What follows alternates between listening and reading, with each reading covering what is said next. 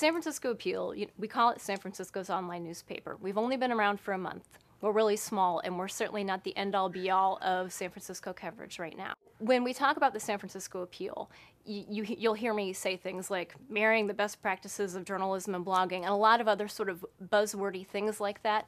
We don't have any news organization in San Francisco that is bringing both aspects of those together. We have news organizations that have blogs on their sites, and those blogs are firewalled from the news content.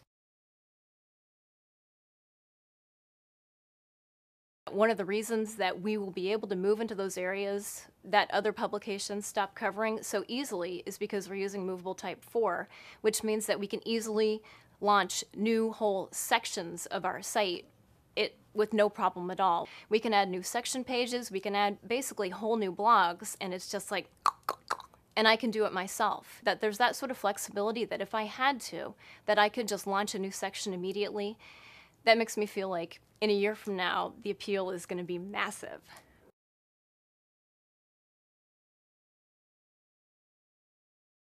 I think what attracted me to movable type were obviously the fact that it's very flexible, that you aren't stuck with sort of just one layout. People are definitely thinking more about the layout and not just doing the reverse chronological sort of thing. I can't tell you how important it is that we are able to have like all these great images on our front page and in our article pages. Using movable type was the best and easiest way to get what I knew I needed the site to look like. There are a lot of technologies out there where you can write something and publish it immediately, but I really feel like the different, that you can publish from movable type with a lot of different devices. If something happened and we had to post from something other than a laptop, we didn't have access to that we can do it from a mobile device, that we can access it through Facebook, that we have all these other ways to get in and contribute to the site and get the content up there. That's huge to me.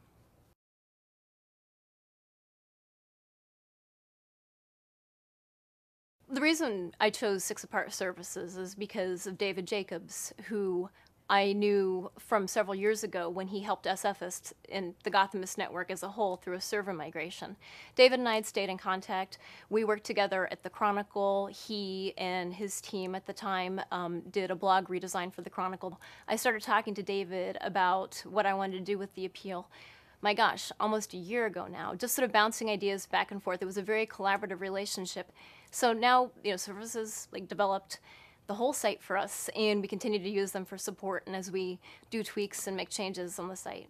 When we first talked to services, I was still sort of worried because I'm not a good design person. If you're a word person, sometimes you think you're a design person, but you're not. I know my limits. So I had some conversations with the services team, and I sort of said really vague, stupid, irritating things like, I want it to be like a newspaper, but better. And I mean, it was just, I think back on these conversations now and I'm humiliated. And they turned around these Photoshop mock-ups that didn't just look like a newspaper, it didn't just have the feel of a newspaper meets a website.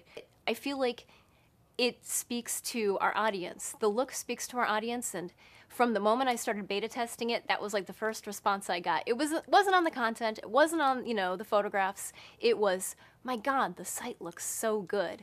So that the services team was able to make a design from my sort of being like, bleh, is, it's pretty miraculous.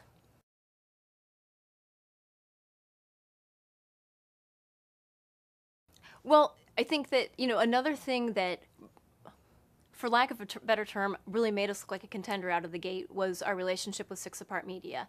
That from the moment our site launched, we had great looking professional ads all over the site. It makes you look professional when you have real ads on your site. And I mean, I know that that's not something that maybe a lot of people think about, oh, I don't want to have ads when I'm launched, or, oh, I'll wait and see. I mean, I hear that over and over again from other people who are talking about websites, and I would tell them, no, my God, you want to have ads there now because no one is going to approach you and try to, buy other advertising from you or try to get a sponsorship deal with you or anything else if you don't have great looking ads from the get-go. So working with Six Apart Media saved me in so many ways because since I am the publisher and the editor, I can't be pounding the pavement. I can't be trying to fill these ad spaces. Having them there doing that, it makes it so I can sleep at night. One of the other things that has really been sort of a godsend to us is the photo gallery function. It's something that I think is really cool, not just because that way we can feature a really large amount of photos of an event like a protest or a parade. We have a lot of those in San Francisco, or anything else, but that we can really, really quickly and easily reorder the pictures, caption them, they're sized for us, and not to sound crass, but my gosh, that drives page views. And so it's so great that we can so quickly upload just a ton of photos. We have them before anyone else in town. Photos of, a great example is the 6th anniversary of the Iraq War protest. We had photos up before any other publication because we could so easily upload them, caption them with all the information, have them right there, feature them on the front page. It was so fast. And if you aren't using the photo gallery function, you really should be.